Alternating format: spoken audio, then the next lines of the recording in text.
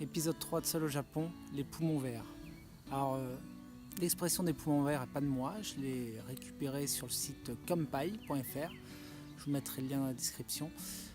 Kampai fait partie des sites en fait que j'ai utilisés au Japon avec vivrelejapon.com où j'ai pu à des instants donnés je regardais un petit peu sur ces sites pour comprendre les environnements, parce que soit quand on visite un parc, un temple, il y a beaucoup d'explications, on peut y passer plusieurs heures, mais l'objectif je voulais faire le plus de choses possible, donc ces sites m'ont permis d'accéder rapidement à l'information et comprendre un petit peu où je me trouvais. Et l'objectif c'est pas faire de la pub pour ces deux sites, mais en tout cas je suis là pour relater mon voyage et je me suis retrouvé à les utiliser.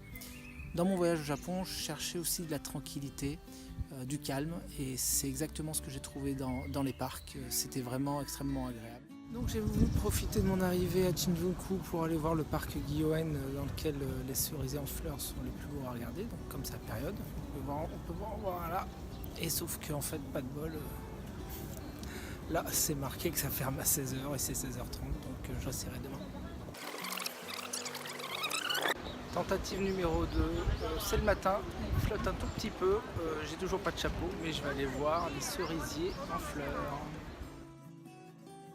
Shinjuku Gyoen est un vaste parc situé à l'ouest de Tokyo, entre les gares de Shinjuku et Sendagaya.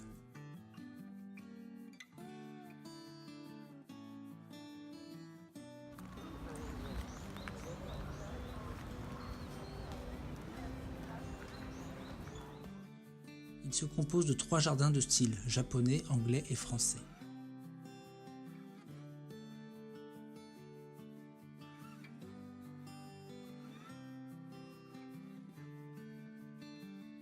De fin mars à fin avril, le jardin de Shinjuku se pare de sa principale richesse printanière, la floraison de ses 1500 cerisiers. Les Japonais, touristes et photographes invétérés, envahissent le lieu beaucoup plus animé alors, sans qu'il ne perde ni de son charme ni de son calme.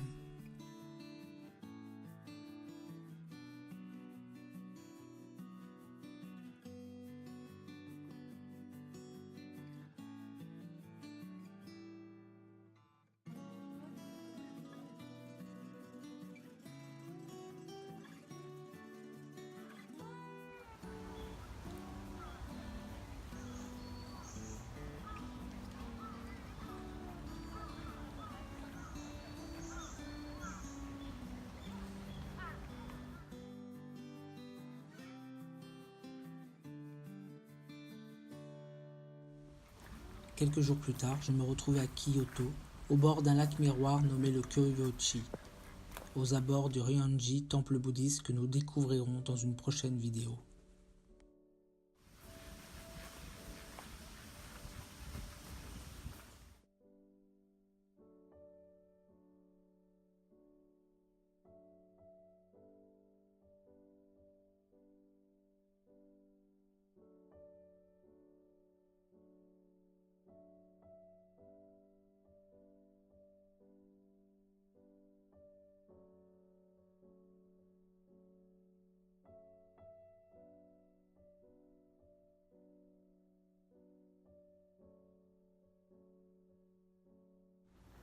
Je suis au bord du Kyoyochi, qui est un petit lac qui est vers le Ryoanji, le temple bouddhiste.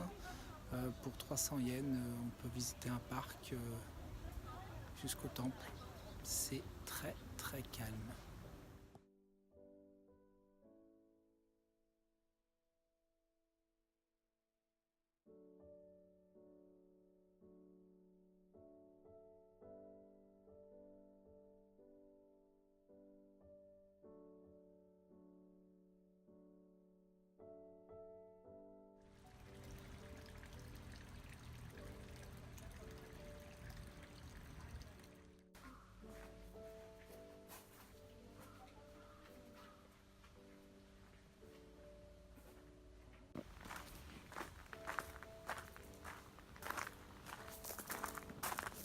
Bon, il est 4h30, j'ai visité pas mal de temples, j'ai visité pas mal de jardins, zen et tout, calme. Et là, il faut vite que j'aille au temple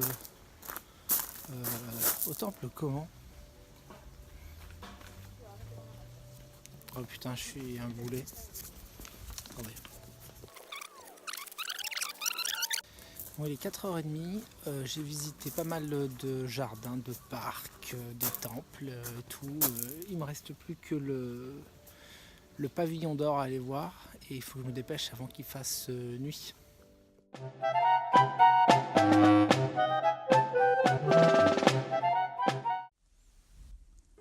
Plus tard, je me dirige vers le nord-ouest de Kyoto, dans le quartier d'Arashiyama.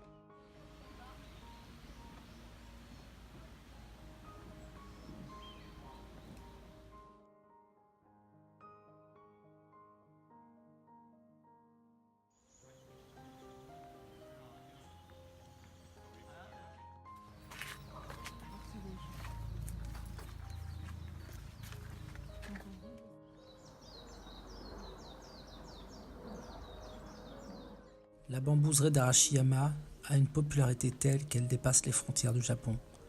En effet, elle offre un spectacle grandiose. Malheureusement, depuis mon passage, en mai 2018, plus de 100 bambous ont été vandalisés par des touristes étrangers qui y gravent leur nom. Cela abîme durablement les arbres et la beauté du paysage.